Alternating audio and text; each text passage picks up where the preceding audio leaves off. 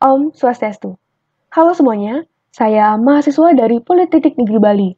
Video ini dibuat untuk menyelesaikan salah satu tugas akhir di mata kuliah aplikasi komputer 1 dengan dosen pengampu yaitu Bapak Eketut Swintana SPD.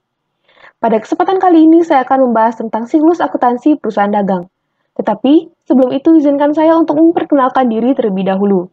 Nama saya Niko Malinda Trana Putri dengan NIM 211561304 dari kelas 1D program studi D3 akuntansi.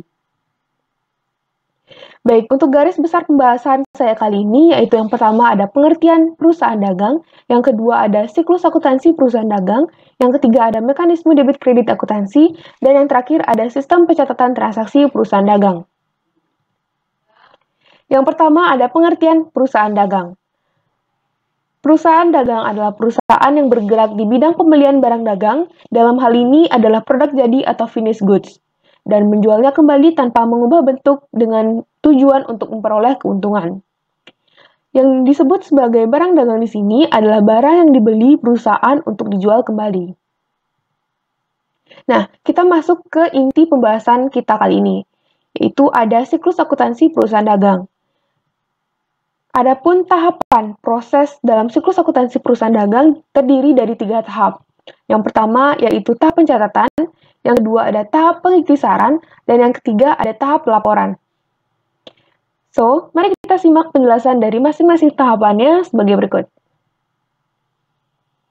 Dalam tahap pencatatan, dimulai dengan adanya bukti transaksi, di mana bukti transaksi adalah bukti tertulis tentang terjadinya transaksi keuangan yang digunakan sebagai data awal atau data sumber pencatatan dalam transaksi.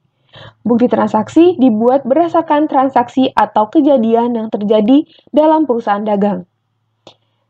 Contohnya yaitu bisa berupa kwitansi, nota kontan, nota debit, nota kredit, cek, faktur, maupun bilet giro. Proses selanjutnya adalah jurnal. Jurnal adalah formulir khusus yang dipakai untuk mencatat setiap bukti pencatatan secara kronologis menurut nama akun dan jumlah akun yang didebit dan yang dikredit. Dalam perusahaan dagang terdapat 2 kelompok jurnal, yaitu jurnal umum dan jurnal khusus. Jurnal umum adalah sebuah jurnal yang digunakan untuk mencatat segala jenis transaksi keuangan dalam periode tertentu. Sedangkan untuk jurnal khusus yaitu jurnal yang dikelompokkan secara khusus sesuai dengan jenis transaksinya.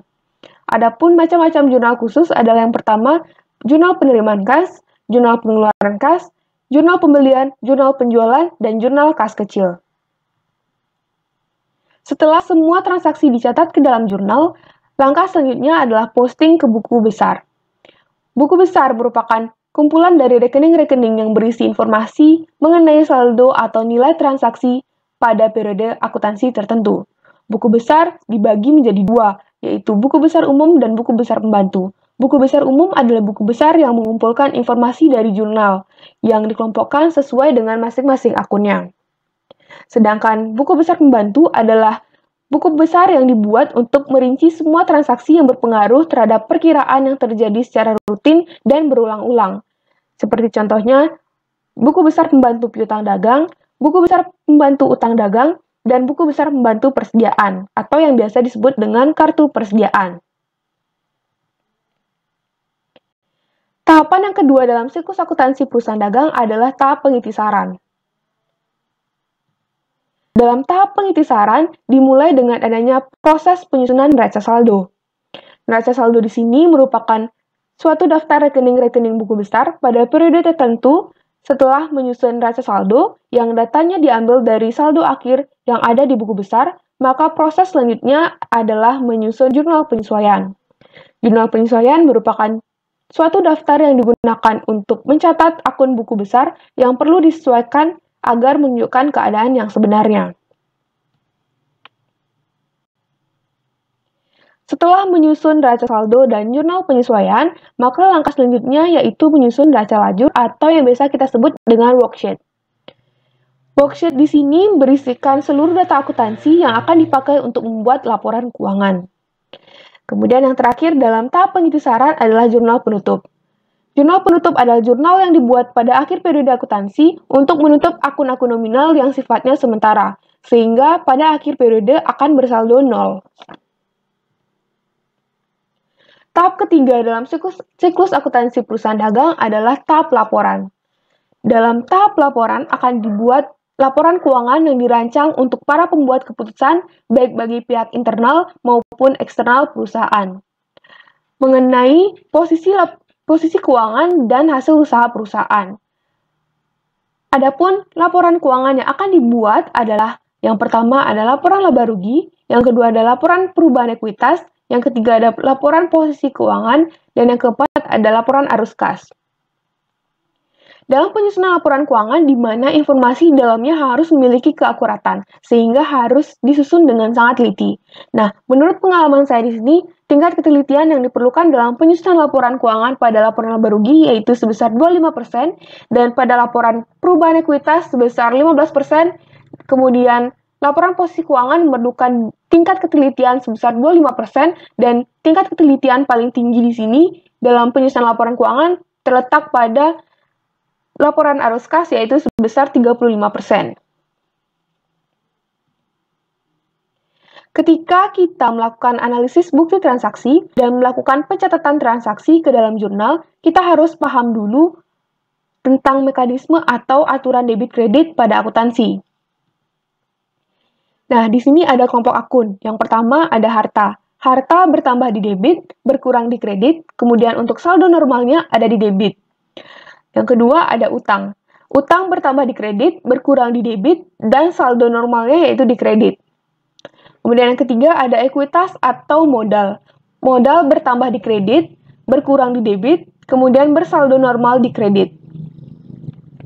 Kemudian selanjutnya ada pendapatan. Pendapatan bertambah di kredit, berkurang di debit, kemudian saldo normalnya yaitu di kredit. Yang terakhir ada beban. Beban bertambah di debit, berkurang di kredit, kemudian untuk saldo normalnya yaitu di debit.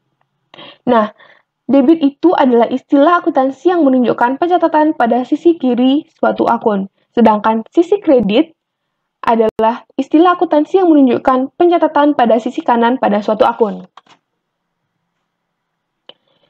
Nah, dalam pencatatan transaksi, khususnya pencatatan pada persediaan barang dagang pada perusahaan dagang, terdapat sistem pencatatan transaksi yang dikelompokkan menjadi dua, yaitu sistem pencatatan periodik dan sistem pencatatan perpetual. So, mari kita simak untuk penjelasan lebih lanjut di video berikut ini. Metode pencatatan dan perlakuan akuntansi atas persediaan yang dimiliki oleh perusahaan.